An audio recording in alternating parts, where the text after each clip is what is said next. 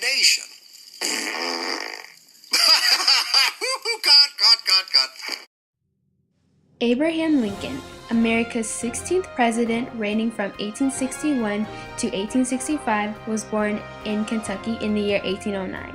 He was a Whig Party Republican and was nicknamed Honest Abe because he was always honest.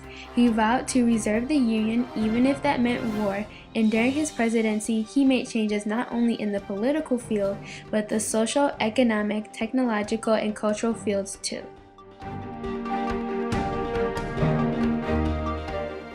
Lincoln was the first Republican president. He believed in and focused on individual freedoms and liberties, but was most hailed for his freeing of the slaves. He successfully persecuted the Civil War to preserve the nation and was a key part of passing the 13th Amendment, which ended slavery in America. But before he even took presidential office, he had a successful career as not only a lawyer, but a politician in Illinois, serving in both the state legislature and the U.S. House of Reps. Unlike his fellow state legislative men, he didn't come from a wealthy and affluent family, and was mainly self-educated. After reading a little in law, he gradually emerged as one of the best-known trial lawyers in Illinois, often carrying important papers in his top hat. But it wasn't until after 1854 that Abe started to do things to establish his claim to statesmanship. The passage of the Kansas-Nebraska Act sparked something within him, and after joining the Republican Party, he became one of the most prominent politicians of the Northwest. In fact, at the Philadelphia Convention of 1856, where John C. Fremont was nominated, Lincoln actually received 110 votes for the vice presidential nomination. Lincoln, who was a Republican nominee for the Senate seat, boldly challenged the nation's most dangerous debater, Senator Douglas, to 7 meetings, during the Lincoln-Douglas debates in October of the year 1858. Opinion of the Dred Scott decision, and I answer him unequivocally by saying I take the decisions of the Supreme Court to be the law of the land, and I intend to obey them as such. Now will I be swayed from that position by all the ranting of all the fanatics who preach racial equality, who would ask us to vote, eat, sleep, and marry with Negroes? And I say further, let each state mind its own business and leave its neighbors alone. If we'll stand on that principle, then Mr. Lincoln will find that this great republic can exist, forever divided into free and slave states.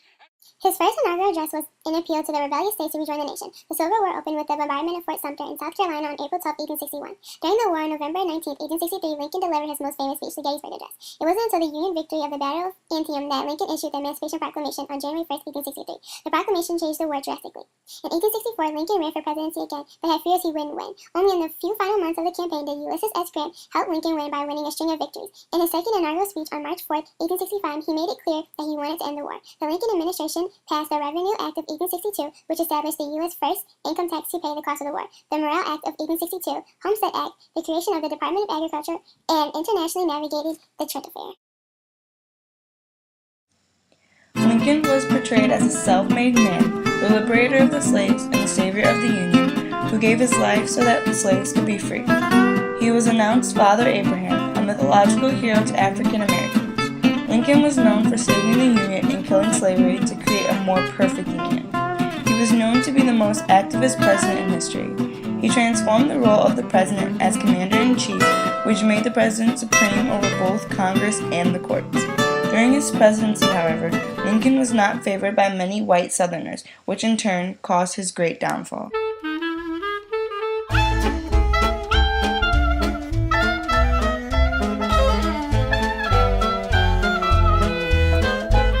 Lincoln took pride in the study of Shakespeare, Byron, the Bible, Aesop's Fables, and Oliver Wendell Holmes. In the White House, the Lincoln family reflected the presence of their sons, the demands of war, and the highly complex and many-sided character of Abraham and Mary. During the war, however, Lincoln spent little time with his family and more time focusing on the army.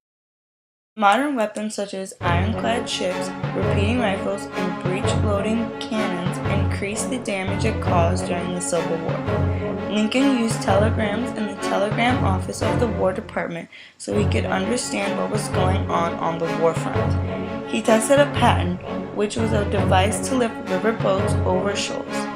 He tested the office mill gun, which is an early version of a hand-cranked machine gun. He witnessed the testing of a big naval gun at a naval yard on the Anacostia River. As a state legislator and a congressman, Lincoln promoted the internal improvement system and as president established a central bank to print paper money not supported by gold. He also raised U.S. protective tariffs to the highest levels in the country's history. It is even believed that Lincoln's high tariffs is one of the early causes of the Civil War. Most of Lincoln's commitment was to the internal improvement system, however, where he created many railroads and canals.